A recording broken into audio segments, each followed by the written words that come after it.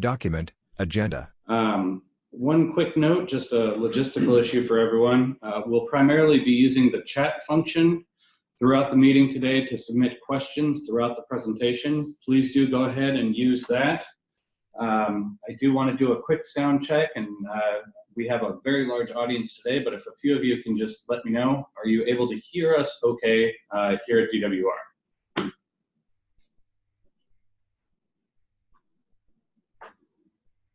Wonderful. So I'm seeing that the audio does work just fine.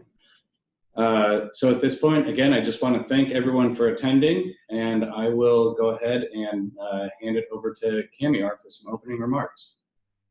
Thank you, Sam. Good morning. This is Kamiar Gavechi, Department of Water Resources. I manage statewide integrated water management, and I'm very pleased to welcome you to the second of two webinars to kind of kick off the public process for updating our well standards in California. I'm really pleased to see that we have about 130 participants today, on top of the 170 or so participants from last week. So definitely a lot of interest, and I wanted to first and foremost thank all of you from taking time out of your busy schedules to join us for this kickoff. I wanted to just note right off that the Department of Water Resources and state is very committed to this endeavor. And I know that over the last 20, 25 years, we have had a few fits and starts. We've embarked on updating different types of well standards. And because of limited resources, we were never able to fully complete those endeavors. I'm pleased to say that now, as part of our implementation of this, the Sustainable Groundwater Management Act, and really preparing California for the future with climate change and the like, that we have the resources and the commitment to complete this effort. And the scope of this effort is really the broadest that it's ever been as part of the Bulletin 74 update. We're going to include water wells, including dry or decommissioned wells, monitoring wells, cathodic protection wells, and geothermal heat exchange wells. And this will really allow us to be very consistent and complete in this endeavor. Also, the work that we're doing is reflected in our strategic groundwater management strategic plan, as well as the Department of Water Resources strategic business plan. So all the stars have aligned to make this effort happen.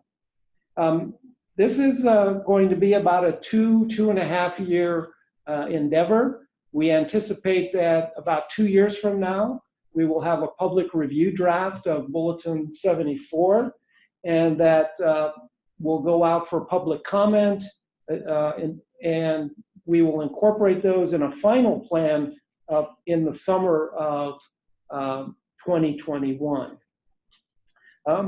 The other unique, relative to what we've done in the past, aspect of this update is the partnerships. So Department of Water Resources is partnering with other state agencies like the State Water Resources Control Board and Department of Toxic Substance Control to make sure that all aspects of this are included. We're also partnering with a number of stakeholder groups, and you're going to actually hear some opening remarks from a few of our partners in today's webinar. The project team that we've assembled is multidisciplinary and from multiple divisions and offices at the Department of Water Resources, plus with our state partners. So we're really trying to be inclusive and comprehensive in how we approach this update. And you will hear from Julie Haas, who's the project manager, a lot more of the details. And with that, I'd like to go ahead and introduce Julie and turn it over to her. All right. Thank you, Camille. And thank you everyone for attending this webinar today and showing your interest in and support of the Well Standards Update. Before jumping in, I want to welcome you to join us in this process, which, as Camille mentioned, will take a couple of years. And I hope to get to know many of you along the way. So to begin in a little bit of an unconventional way, I'm going to share a little bit about my own background. I've lived in Northern California my whole life. I was born in San Jose, and when I was 7, we moved to the country, to the Napa Valley, which is a wine-producing region. I grew up on a small vineyard, but my family isn't in the wine business. My dad is a manufacturing entrepreneur. His early businesses supported the plant nursery industry, and he later shifted to manufacturing industrial mixing equipment. He's in his 80s now, and he and my mom are still running their small business out of their home. And my sister, Amy Haas, is a well-known water attorney in the West. She's the executive director of the Upper Colorado River Commission. And no one is more surprised to have 2 daughters working in government than my father, although he does say he's very proud. When I came to the department in 2010, I had worked for a local government agency, the Napa County Resource Conservation District, which operated much like a nonprofit with funding mainly from grants. I had worked at a mid-size and a national consulting firm. And all my work at those places had focused on surface water modeling. I had studied flood flows, dam breaks, levee breaches, that sort of thing. So when I came to the department, I was looking to try something new.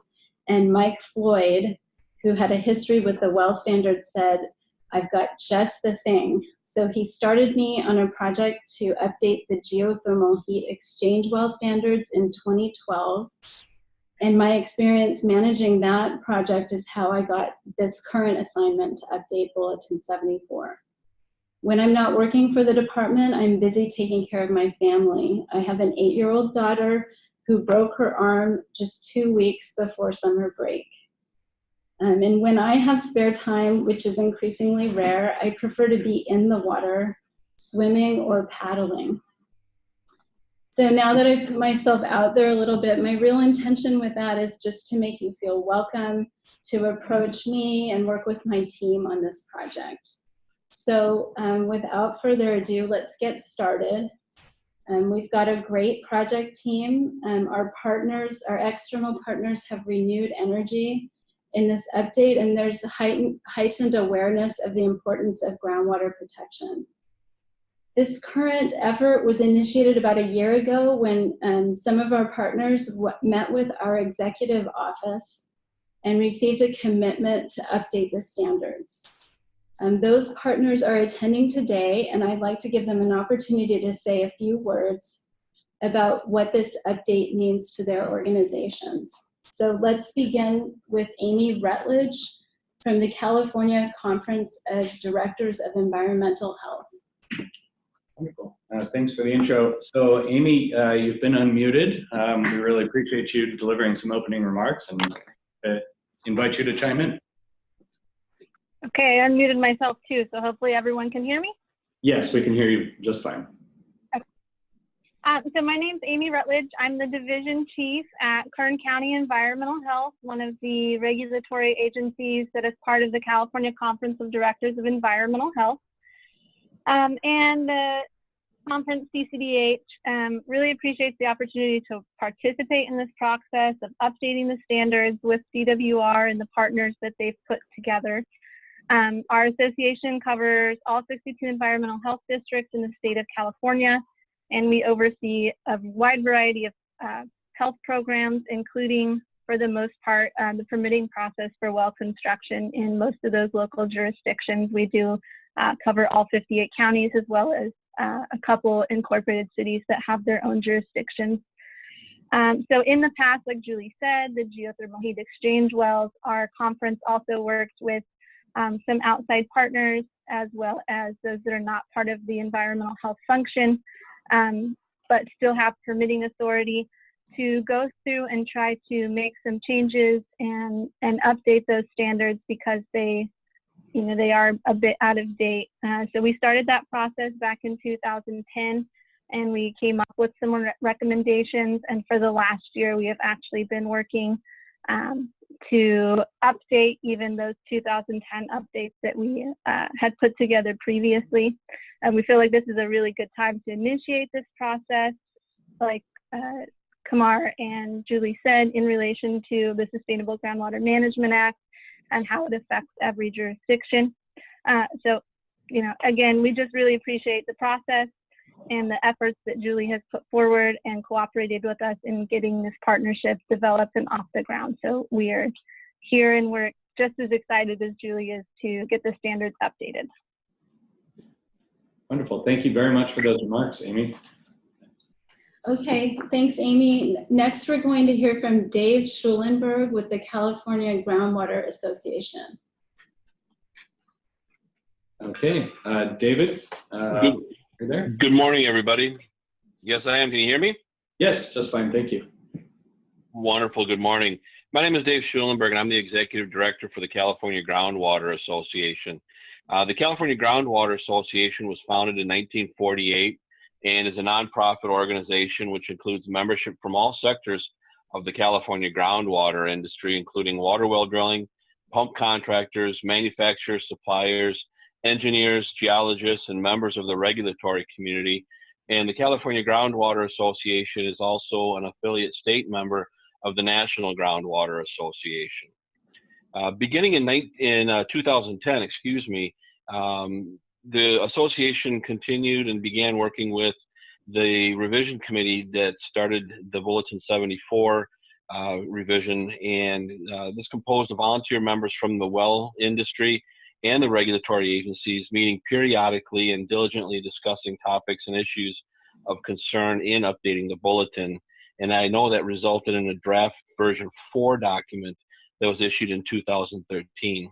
The intent of that, while this document was unofficial, would be useful for the water well community in providing up-to-date information, and eventually would be incorporated in an official revised 74 bulletin by the DWR.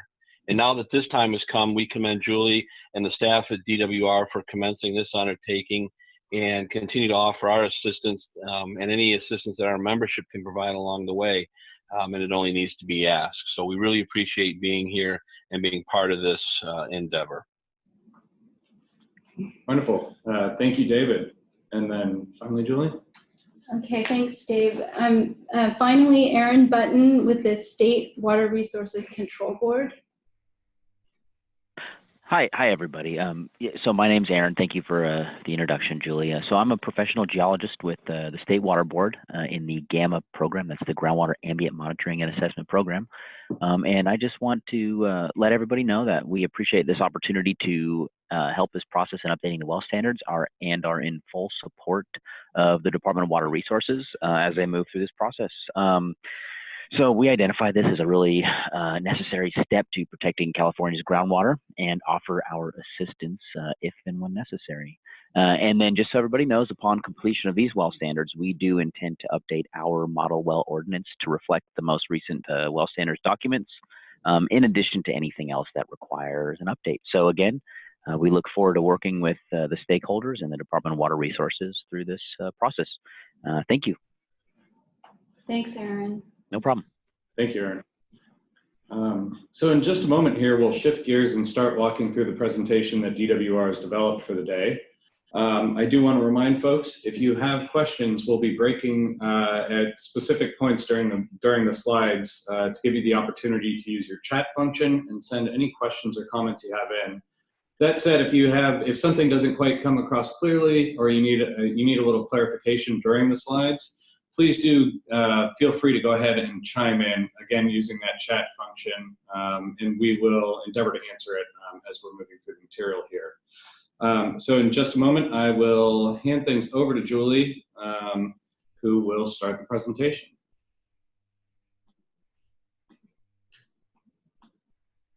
Okay, Julie.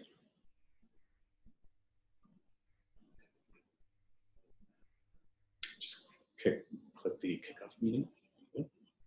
Share. And then the slide icon down at the bottom. All right, and before we start moving through this, let me just do a quick check and make sure that the slides are showing up okay on everybody's screens.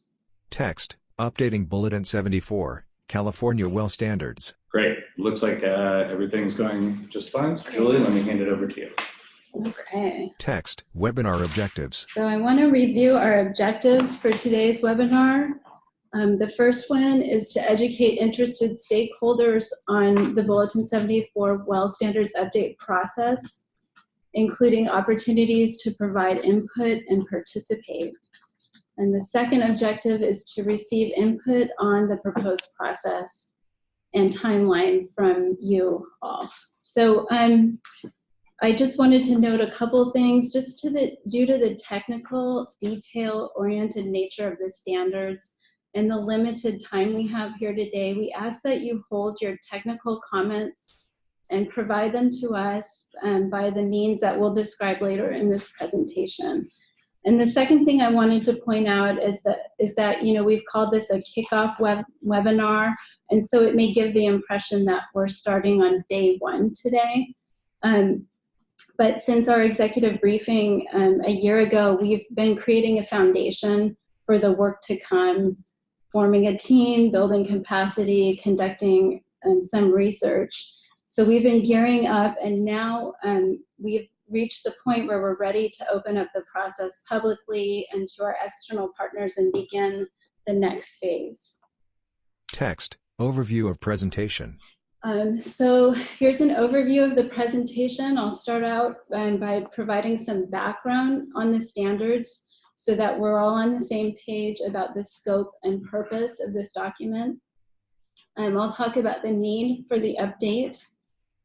I'll describe our proposed approach to updating the standards and give a general timeline for doing so. And then I'll describe how you can participate in this process and provide us with your input. Text, background, legislative mandate. So what you're seeing here is our legislative mandate from 1945. I'm sorry, 1949. And I'm actually going to read it to you because it defines the purpose of the standards and is our overarching mandate that guides my team's work. So the department, either independently or in cooperation with any person or any county, state, federal, or other agency, shall investigate and survey conditions of damage to quality of underground waters, which conditions are or may be caused by improperly constructed, abandoned, or defective wells through the interconnection of strata or the introduction of surface waters into underground waters. The department shall report to the appropriate California Regional Water Quality Control Board its recommendations for minimum standards of well construction in any particular locality in which it deems regulation necessary for protection of quality of underground water, and shall report to the legislature from time to time its recommendations for proper sealing of abandoned wells. Text, history of well standards. So since 1949, several new sections have been added to the water code, adding more types of wells and detailing the process for implementing the standards. I've highlighted in blue the well standards that are currently in use today. Those were published in 1981, that's Bulletin 74-81, which covered water wells only.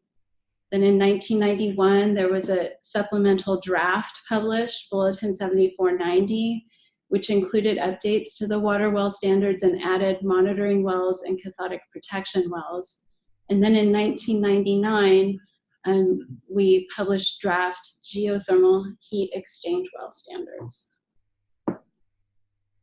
Text, purpose. So as I mentioned, from the water code, we get the purpose of this standard, which is simply to protect water quality.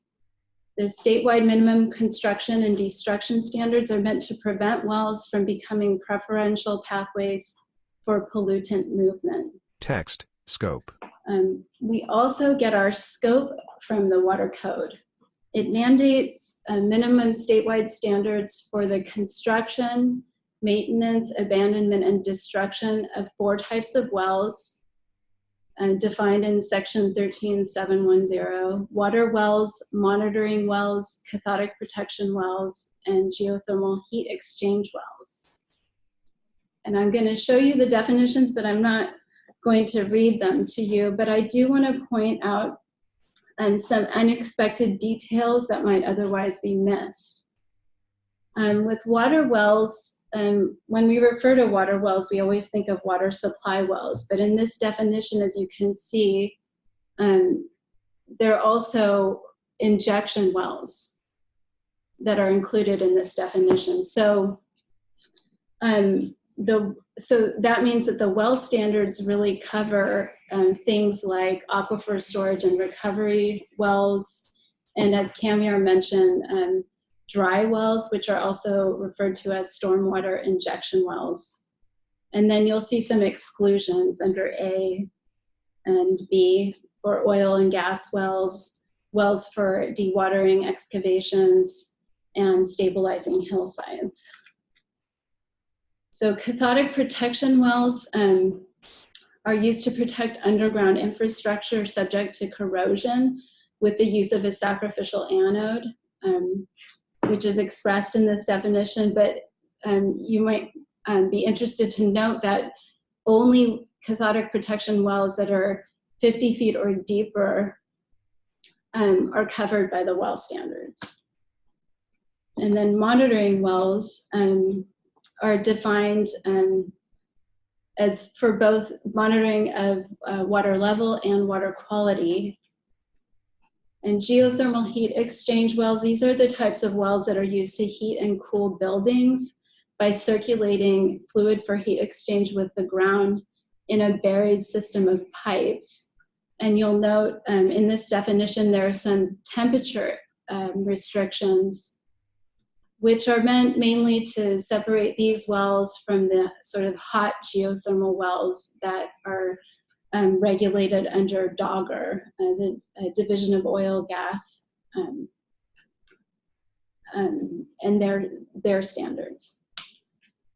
So I encourage you to review the relevant sections of the water code related to well standards. We've summarized those in this pamphlet shown on this slide, California laws for the 4 types of wells. And this was last updated in 2016. And I refer to this all the time, but you'll see at the beginning there's a disclaimer that if you really want the official law, you should look at this website down here, this legeinfo.legislature.ca.gov. And that's mainly you know, in case there have been updates to the laws since the last publication, but there are none that I know of right now. So in terms of implementing the well standards, this slide summarizes that process. The department develops minimum statewide standards. We submit those to the State Water Resources Control Board. The State Water Resources Control Board then adopts a model well ordinance, which refers to our standards. And then cities, counties, or other water agencies adopt a local well ordinance that's at least as stringent as the statewide standards. And then the local well ordinance, or if a local well ordinance isn't adopted, it defaults to the model well ordinance. And then those are administered and enforced by local enforcing agencies, which we refer to as LEAs. And these are typically the County Department of Environmental Health, but they can also be another department within a city or within a water agency. Text, what about Sigma? So how did Sigma affect our well standards? So this is the Sustainable Groundwater Management Act. Sigma is a very important piece of legislation for our state, moving us towards sustainably managed groundwater. And though there's definitely a strong nexus between Sigma and the well standards, which is exemplified by our Sustainable Groundwater Management Office's funding of our project. In spite of that, Sigma did not change or amend the purpose, scope, or process of implementing the well standards. So this slide shows a couple of key points of nexus between the well standards and Sigma. The first one is that Sigma defines 6 sustainability indicators, and one of those is water quality degradation. And proper well construction helps prevent the introduction and spread of contaminants in the aquifer, and so it supports that goal. Sigma also directly reaffirmed the authority of the local enforcing agencies to issue well construction permits. It added another layer, which is it gave the groundwater sustainability agencies authority to regulate groundwater extractions and new well construction to meet the sustainability objectives established in their GSPs.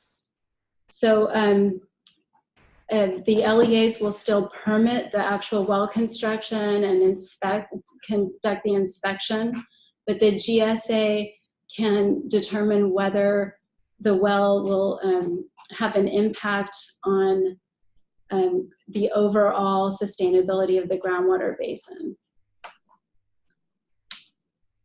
And finally, Sigma and setbacks. Sigma addresses well interference, so well spacing in relation to other wells, and stream depletion, which relates to well proximity to streams. So we've had some requests to include setbacks between wells and to streams in the well standards, because historically Bulletin 74 has included minimum separation distances from potential sources of pollution.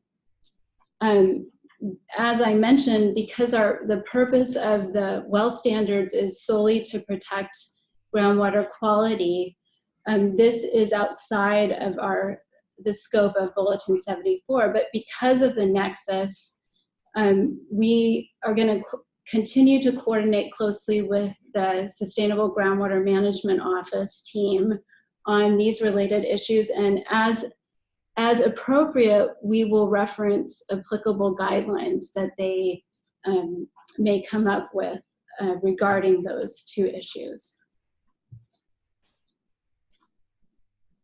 And I also wanted to mention, because we had some questions in the first webinar, that well construction and destruction policies are identified as additional elements of groundwater sustainability plans in this act, in the Sustainable Groundwater Management Act. But if you have questions about Sigma, specifically about Sigma, or you need more information, it's probably best that I put you in touch with someone from our SIGMO, our Sustainable Groundwater Management Office, to get those questions answered. So feel free to reach out to me. My contact information is at the end of the presentation, and I'll put you in touch with the appropriate person from SIGMO. Text, keep a perspective in mind. So with that, I encourage you, as you formulate your comments and things that you would like us, recommendations you would like us to address in the update, I encourage you to keep DWR's perspective in mind, because we can only develop standards within our legislative authority. which means we can only address standards as they relate to groundwater protection. And we are updating standards for the 4 types of wells, the water wells, monitoring wells, cathodic protection wells, and geothermal heat exchange wells. But we'll also consider comments regarding other types of wells in the spirit of our original overarching mandate, which is what I read to you earlier. And finally, we are developing minimum statewide standards. So they're not going to address every scenario, and they are intended to be adaptive to a variety of conditions. Text, schematic cross-section. So I wanted to wrap up this background section by returning to the importance of the well standards. So this figure is also a good segue to our next topic, which is the need for updated standards. So I worked with our graphics office to update an old textbook figure I stumbled upon on the Water Board's website from 1995. I really liked this figure since it shows exactly what we are tackling with the well standards. It shows a cross-section under the ground with several wells constructed to different standards. There are 2 distinct aquifers in this figure. There's the upper and lower aquifers, which are separated by an aquitard. There's a contamination source that you can see in the center of the figure, this yellow underground storage tank, which is leaking, and the brown dots indicate the contamination, and the density of those dots correlates to the concentration of the contamination. Flow in this figure is dominated by this public supply well on the far left, and you'll see the flow lines indicated by these blue arrows, which are trending toward that public supply well. Moving from left to right, the public supply well has an annular seal, this concrete seal or cement seal, through this upper aquifer. And so it's really only pooling from the lower aquifer, and the upper aquifer is sealed off completely. Next to that well, there's a shallow domestic well, which is contaminated. That is tapping only into the upper aquifer. And next to that one, to the right of the shallow domestic well, there's a deeper well that's screened in both the upper and lower aquifers. And there's a continuous gravel pack through this well, which, as you can see by the arrows, it's allowing movement of the contaminants through the annular space and through the well itself. On to the right of this leaky storage tank, there's a very similarly constructed well, which is also allowing contaminant movement. The 3 wells on the right of the figure are all decommissioned wells, or as we refer to them in California, destroyed wells. The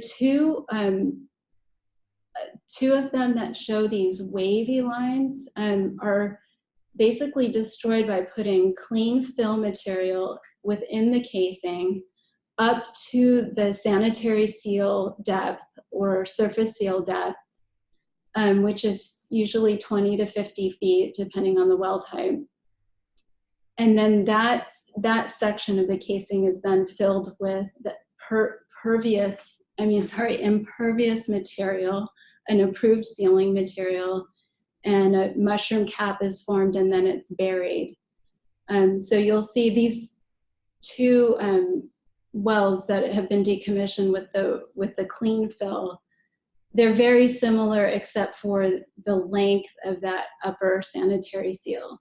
And then on the far right, you'll see a well that's been decommissioned by perforating the casing, as shown with these vertical blue lines. And then impervious sealing material has been pumped into the casing and out through those perforations into the annular space. So this figure, I think, shows very well the impact of different well construction and destruction methods on contaminant flow paths and the need for robust standards. So do we have any questions so far? So at this time, we wanted to take a brief break in the presentation and just see if any of you have questions about the background material that Julie just presented. So feel free to enter those in via chat. Nothing is showing up now, but maybe we can give them just a few moments.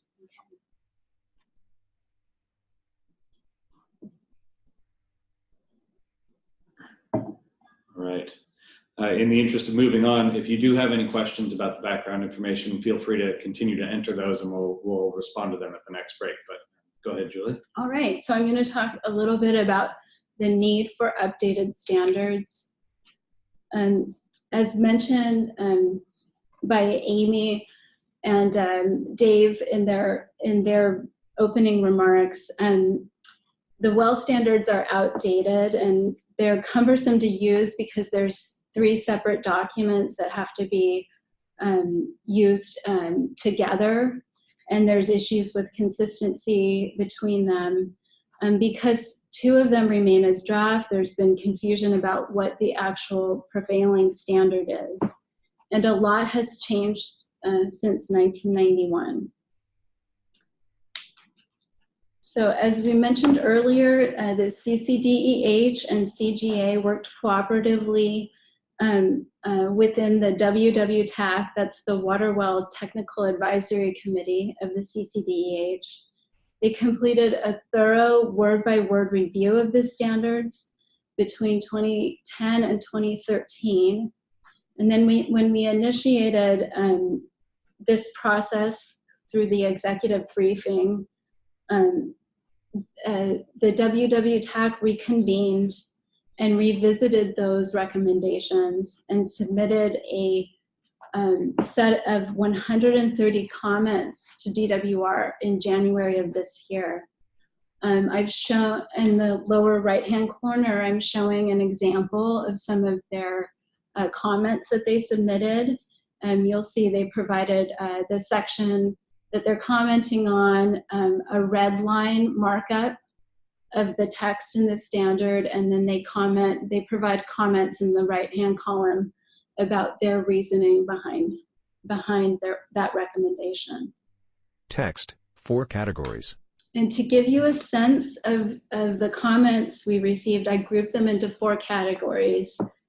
There's the low-hanging fruit, which are simple corrections, the no-brainers, which are slightly more complex, but there's a unanimous agreement on those. There's needs technical review, which those are technical issues that need review, like literature review, or I refer to that sometimes as desktop research. And then items needing further research, and that means I'm referring to engineering research in that category. So those are items that are beyond our current state of knowledge. Text, low-hanging fruit. So some examples of low-hanging fruit, there are updated definitions and requirements to be consistent with current language in the Water Code, updated ASTM standards references. Sometimes some of the ASTM standards we reference in 7490 don't even exist anymore. We refer to the California Department of Public Health, and those functions are now performed under the Division of Drinking Water. Text, no-brainers. Examples of no-brainers are making the standards consistent with other requirements where appropriate. So some examples of that are the state's on-site waste treatment system standards, which include setbacks from septic systems to wells. The American Water Works Association standards, which are used by the Division of Drinking Water in permitting public supply wells. And then there are the OSHA standards. That's another example where there are requirements related to excavations. Another no-brainer is when an issue is outside of the scope of our standards. Text needs technical review. Here's just it's a subset really of some of the technical review items that were identified by the WWTAC and confirmed by my project team. So some of the items we're looking into are separation distances from pollution sources, also referred to as setbacks, minimum seal dimensions, including length and thickness, sealing materials and placement, vaults and pitless adapters, surface pad and concrete bases, destruction standards and methods, length of screened interval for monitoring wells, conductive fill and concrete, slot size, drilled hole size, and watertight covers related to cathodic protection wells. Text needs further research. So for items that are beyond our current state of knowledge, we will be flagging those and developing a white paper with recommendations to further the state of knowledge by performing engineering research to address those issues. Some observations about the current standards. So some observations about the current standards that my team and I have made. The current standards are based on the assumption that conditions won't change. Conditions today will remain the same in the future, which we know isn't true. They were published before the Nebraska Grout study, so they assume that sealing materials perform just as well independently of soil moisture conditions. They contain some ambiguous language. Some examples of those are where you have to use judgment about the intent of the well, or whether something is adequately spaced. That sort of language leaves it up to individual users. So, and then they're also based on past best practices and experience that might not reflect current best practices. Text, current standards. So I prepared some simplified figures to illustrate practices that are approved under the current standard. This figure shows an active well that's been constructed according to our current standard.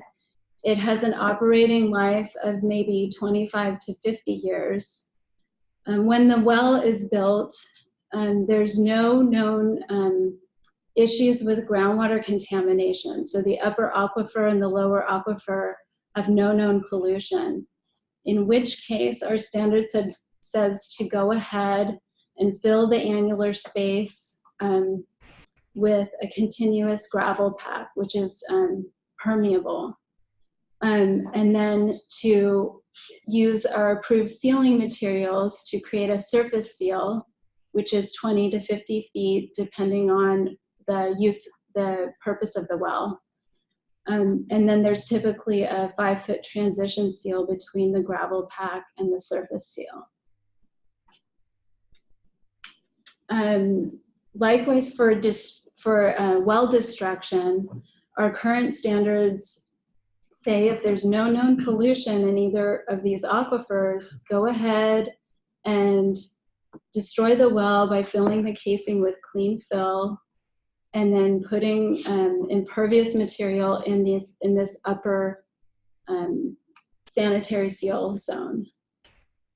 And the lifespan of this destroyed well is forever. Text, vulnerabilities. So let's talk about vulnerabilities with this current standard. So I mentioned the Nebraska Grout study.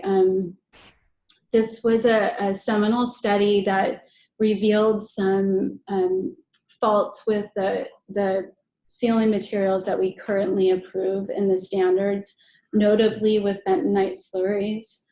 They noticed that, or they observed that many sealing materials desiccate and crack in the unsaturated zone.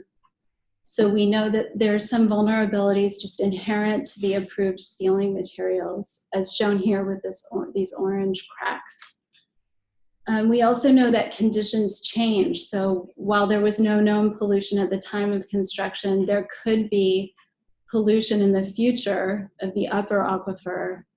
And based on this well's construction, that pollution would be allowed to flow through the well itself and through the annulus. And similarly with the destroyed wells, those issues remain forever. So you have cracks with the annular seal in the upper zone, and then you have pollution able to travel from the upper aquifer to the lower aquifer. Text, however. So all that said, there's still a lot of good in the current standards, and no one's asked for a complete overhaul. That is, no one's asked us to completely scrap them and start all over again. Text, building on recent activities. So building on recent activities, I mentioned our last attempt to update the geothermal heat exchange well standards that began in 2012. Through that process, we became aware of the Nebraska Grout study, and then we approached UC Davis about doing a literature review related to that. So the GHEW standards update began in 2012, and it was shelved in around 2015 due to a loss of funding. And I estimate that it's about 90% complete right now. So we'll be completing and finalizing the geothermal heat exchange standards during this project. The project itself is foundational for this effort today because we engaged key stakeholder groups through that process, including CCDEH, CGA, and GRA, and others, our sister agencies. We established a stakeholder advisory group, and we identified some key issues and research gaps through that process. So differences between the GHEW update and this current project is that Bulletin 74 has been in wide use for over 30 years. And at the time of the GHEW update, the draft 1999 GHEW standards had not been in wide use. So the issues with Bulletin 74 are well known, and we are really going to rely on our stakeholders to highlight those for us and to address those as efficiently as possible. Also, obviously, the scope of the Bulletin 74 update is a lot broader than the GHEW update. Text, Nebraska Grout study. So I mentioned that through that process, we had Nebraska Grout Task Force members who were the ones who developed the Nebraska Grout study, and they participated in our geothermal heat exchange wells stakeholder advisory group. That study showed, the Nebraska Grout study showed that many approved grouts were desiccating in the unsaturated zone. So when we didn't receive funding to do an update in 2015, we published a statewide sealing advisory, which is available on our website. And that advisory was reviewed by the Nebraska Grout Task Force members who were serving on our stakeholder advisory group. Text, UC Davis Literature Review. In anticipation of one day updating Bulletin 74, we jumped at the chance to begin picking up where the Nebraska Grout study left off when we were told there was funding available to hire a contractor for research. So we hired UC Davis under an interagency agreement to complete a literature review in 2016, 2017, looking at sealing materials in more depth. So they looked at sealing materials and placement specifically in the unsaturated zone. They also looked at setback distances and annular seal dimensions, they did a survey of what other states and counties were requiring. And now our DWR project team is leveraging that work as we do our own technical reviews. Oh, and I want to mention that that work with UC Davis was done by Kim Miles, who was a graduate student working under Thomas Harder. Text, proposed approach and timeline. Do we have any? No? Hey, it's kind of a quiet group online today.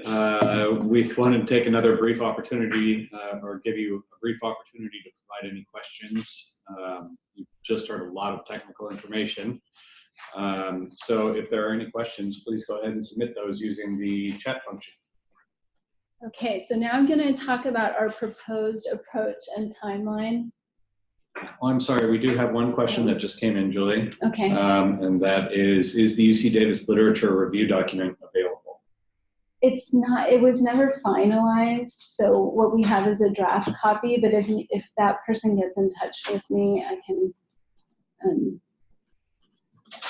talk to them about what they might need. Text, vision. Great, thank you. Okay.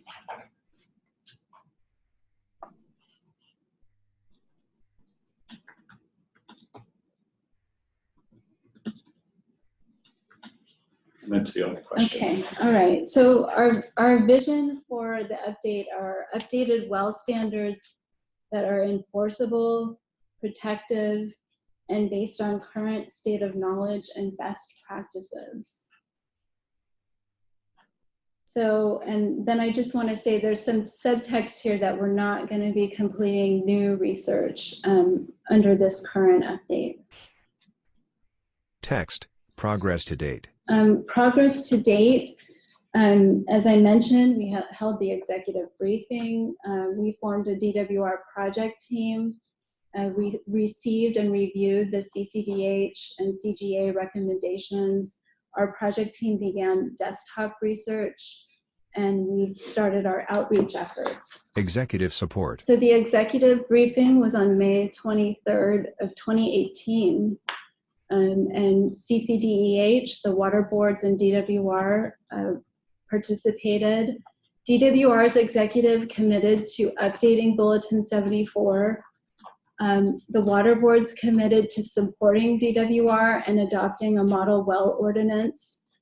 And CCDEH revisited and submitted updated recommendations for revisions in coordination with CGA. Text, programmatic support.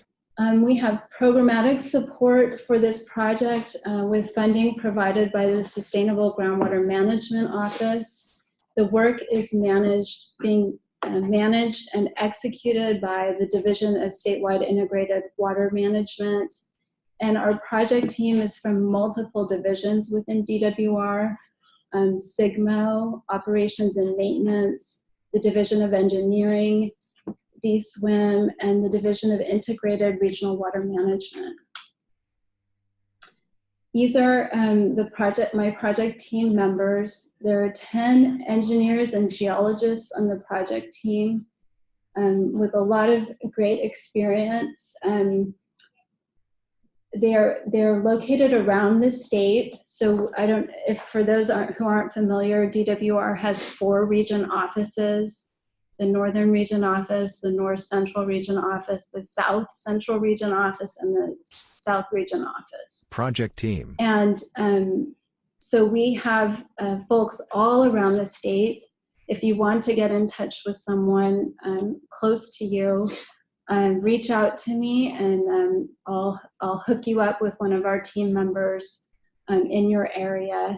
Text, team expertise. In total, our team has 212 years of professional experience, and I've just highlighted on this slide some of their areas of expertise: design and construction of all well types, groundwater exploration and development, site investigations, geophysical logging, cathodic protection, permitting, groundwater remediation and destruction. Text, project team activities to date. To date, our team has been working on reviewing the CCDH and CGA comments. We broke out into teams by well type and reviewed each comment. And then we identified those items that needed further technical review. A lot of those were already flagged by CCDEH and CGA. And then we broke down further into pairs or individuals to do desktop research or literature reviews on those topics. We've also done some capacity building, doing site visits and having brown bags, and we'll continue to do more of that. And finally, outreach. We've been working on an outreach process to involve all of you in this process, to share information. We're holding these kickoff webinars, we've attended conferences, and we'll be giving presentations. We have a new email service with a link. There's a live link here, which I'll show you in a minute, to get announcements and updates. We updated our web page, and I encourage you to visit that as well. The URL is also at the end of this presentation. We're engaged in related activities, and notably the State Water Resources Control Board has a technical advisory committee that's developing guidelines for stormwater injection wells, which are also referred to as dry wells. And then the American Water Works Association is in the process of updating their standards for water supply wells. So we're involved in those related processes. We're aligning with our local, regional, and state agency partners, and we'll have future meetings, one-on-one meetings, workshops, and webinars. So sign up for the email service if you want to hear about all of that. This is what it will look like. There's a link on our webpage, and I believe there was a link in the announcement for this meeting. So you'll just enter your name and email address, and then you'll receive notices when we send them out. So our plan moving forward. We do have a couple of questions now, Julie. Okay. Sorry. So the first, and I think this is sort of a meta question about the overall process, but the question is there any way for the process to be more fluid so that if new technologies emerge, the standard can be updated without a kind of full redo of the update process?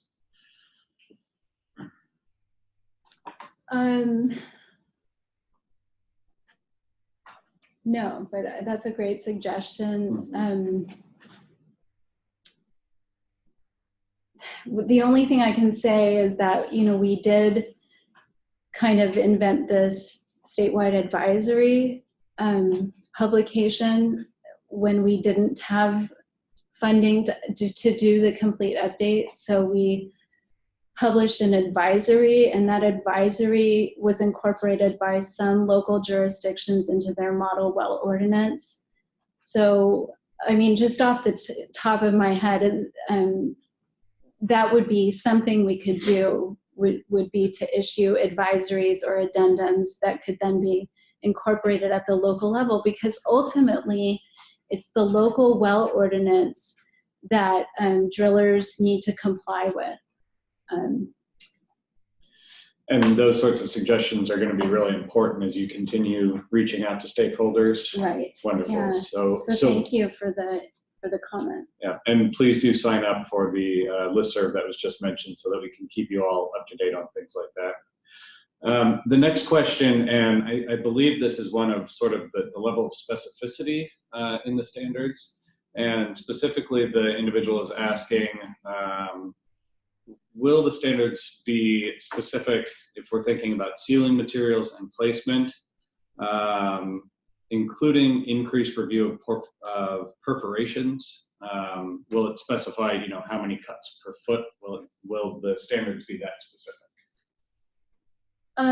It may be. We're looking through our literature reviews right now. We're looking at the specifics, and we will, you know, we'll draft content, and then we'll have an expert panel to weigh in on that. And of course, on our expert panel, we always have drillers and local enforcing agents represented who weigh in about the practicality of certain requirements. So we walk a fine line between being overly prescriptive in the standard and being performance-based to the extent that the standards are unenforceable.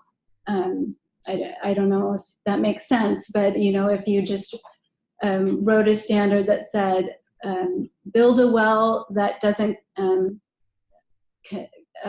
cause contamination or doesn't act as a conduit for contamination, and that's your standard, that's not enough detail for an enforcing agent to be able to judge the well's construction. So we need enough detail for them to be practically implementable, but we also need to be flexible enough so that it allows for innovation and just adjusting to the specific site conditions.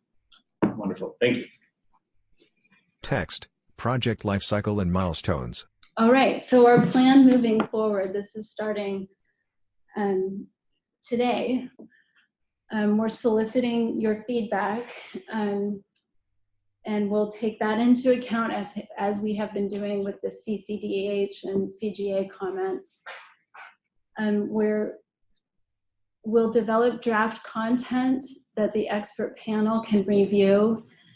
We'll convene an expert panel. We'll develop a public review draft with that panel, and then we'll enter a public review process, final the standards, submit them to the water boards, participate as needed in their, DWR will participate as needed in their model well ordinance adoption process. And then we'll provide training in the updated standards to local enforcing agencies, drillers, and other stakeholders. Text, goals for expert panel. So goals for the expert panel are to supplement the expertise of the DWR project team, to offer a range of insights and perspectives, to review content and provide feedback, to learn from each other, to engage and achieve a whole greater than the sum of the parts, to have a positive experience, and to inform the advancement of industry best practices and recommend needed research. So these goals are this is just my own brainstorming, and a lot of this is based on my experience with the geothermal heat exchange well stakeholder advisory group, which was a very positive and successful experience, and I hope we have something similar come together with our expert panel for Bulletin 74. Text, timeline. So here's our timeline. We're going to draft content this summer, form the expert panel, and design the expert panel process. We'll be designing that process with help from our facilitator. In the fall, we'll convene the expert panel to begin reviewing draft content, and we'll continue to develop content under their guidance.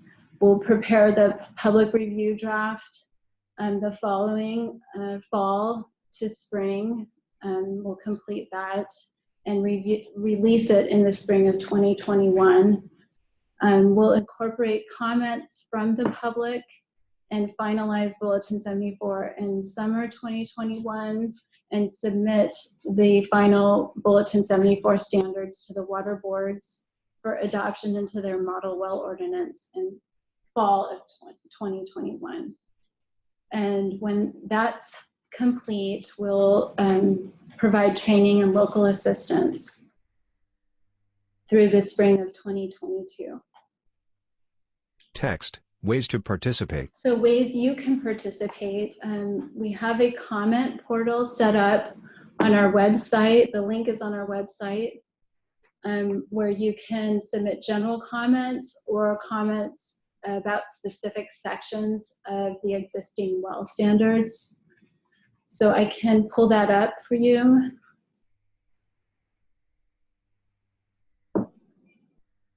To give you an idea what it looks like. So are you commenting on a specific section of the well standards, yes or no? If you select next, then it'll ask you which document you're commenting on.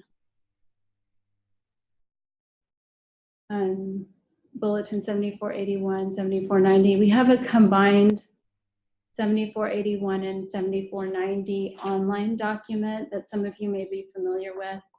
And that document has slightly different language than the two separate bulletins. So you might be specifically commenting on that document. And then the draft geothermal heat exchange well standards. And then you can select a well type. Whoa.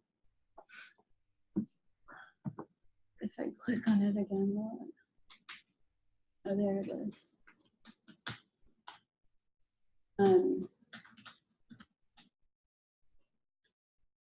So if your comment is specific to a certain well type, you can select that or all. And then we ask that you document what section you're commenting on as well as you can. I mean, ideally providing the part and section number as CCDH and CGA did. It's very helpful to us when we're reviewing your comment. Enter what your comment is, and then please provide an email address if you're comfortable, because in some cases, you know, we needed to revisit with CCDH and CGA on some of their suggested revisions because we didn't really understand where the intent of the suggested deletion or addition. And so it would be helpful to us to have that contact information if you're comfortable. And just to note, I know that a few folks were asking for the specific URL to the page. The presentation will be posted and all of these links will be live to the well standards update. But the URL itself is posted in the chat function right now. Feel free to cut and paste that and provide your comments in the comment portal. Thank you. So I also have this bullet here, review the CCDH and CGA comments. And we have been trying to post those comments on our website with the permission from CCDH and CGA. They've said, go ahead, post them. But we have pretty stringent accessibility requirements now on our web page. And so we've been trying to get those comments into a format that's accessible to everybody. In the meantime, we have a plan to email those out to everyone who's registered for the webinar today and last Thursday, and to those people on our listserv, and so that you can see what CCDH and CGA have recommended. And perhaps you agree with their comments, and so then you can just let us know that. So if you don't want to submit comments to the comment portal, you can just get in touch with us through this email alias here, bulletin74@water.ca.gov, and request a different way to submit comments. You know, perhaps, you know, you prefer email or sending us a hard copy. Whatever it is, just get in touch. We'll get you our contact information. But I want to encourage you to use the portal, and hopefully it works well for you, because it really will make it'll make the format of the comments we receive consistent, and so it'll make it more efficient for us to address your comments.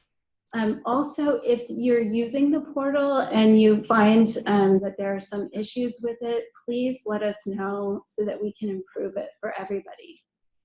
And finally, we decided to do a webinar for these kickoff meetings because we got a lot of feedback that people prefer joining online. It fits into their busy schedules better. You don't have to travel.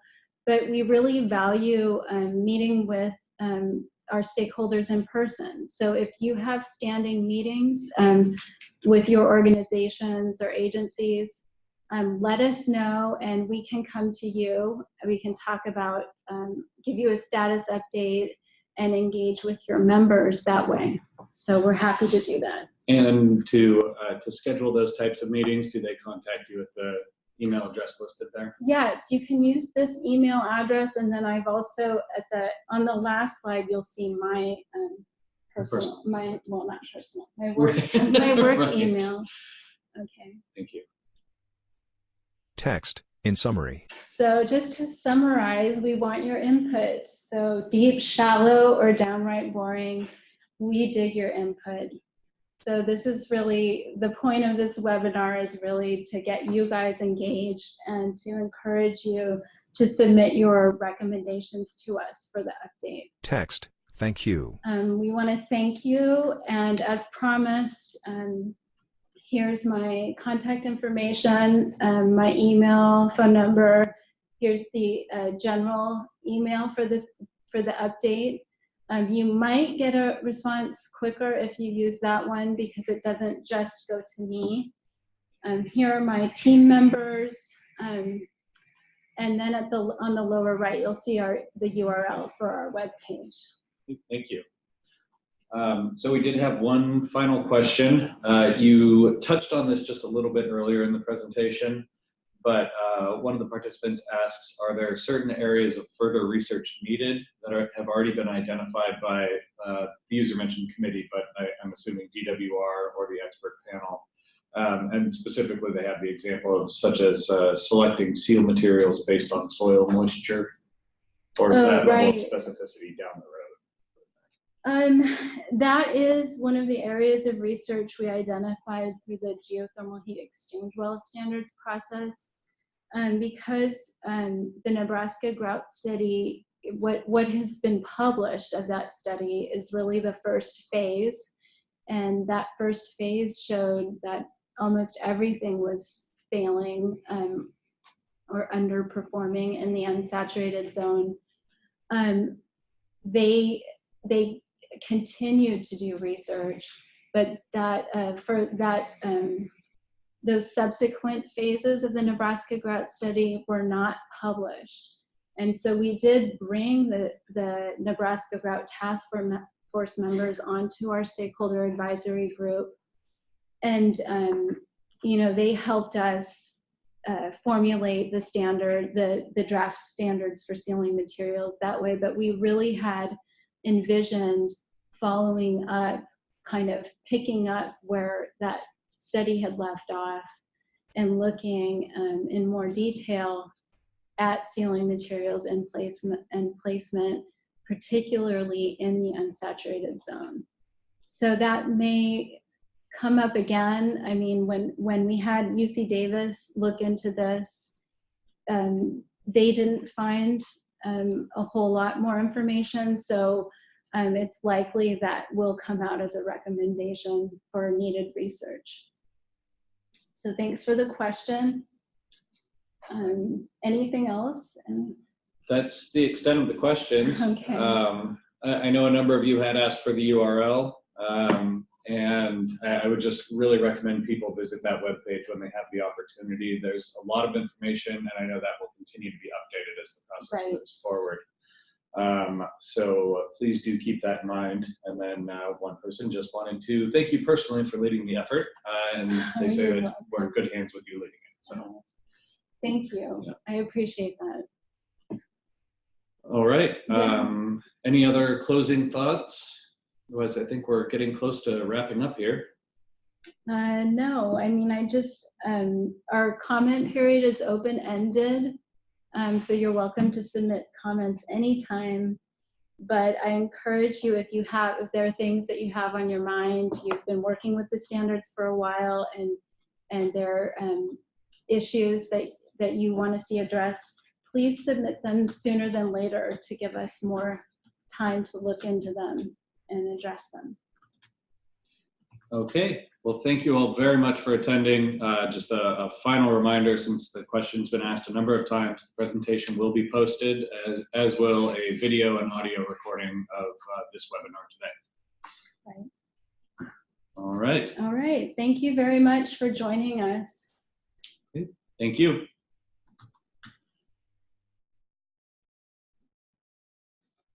Screen fades to black. Right.